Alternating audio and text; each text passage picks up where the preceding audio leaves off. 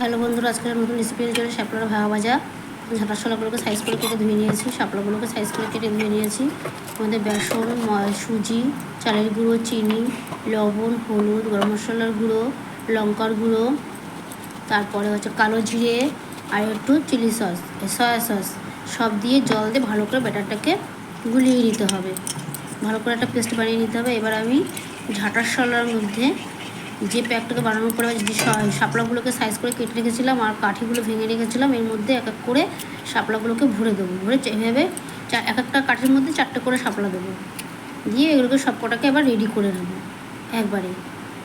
সব কটাকে একবারে রেডি করে নেওয়ার পরে এবারে ব্যাটারটাকে যে গুলিয়ে রেখেছিলাম এর মধ্যে চুবিয়ে চুবিয়ে দিয়ে গরম গরম তেলে ভাজতে হবে। বন্ধুরা সঙ্গে থাকো, পাশে থাকো। শাপলার ভাজা ভাজা কেমন হয়েছে খেতে কমেন্ট করে অবশ্যই জানাবে। গরম গরম ভাতের ডালের সাথে সার্ভ করুন, দারুণ খেতে। মুড়ির সাথেও ভালো লাগবে, দারুণ খেতে লাগে। দুর্গা পুজোর শেষ, শাপলা খাওয়া শেষ, এগুলো শাপলা বড় ভাজাটা বাকি ছিল, এটা আগে করে খেয়ে নিলাম। তোমরা করে খেয়ে দেখো, খুব ভালো লাগবে। নমস্কার।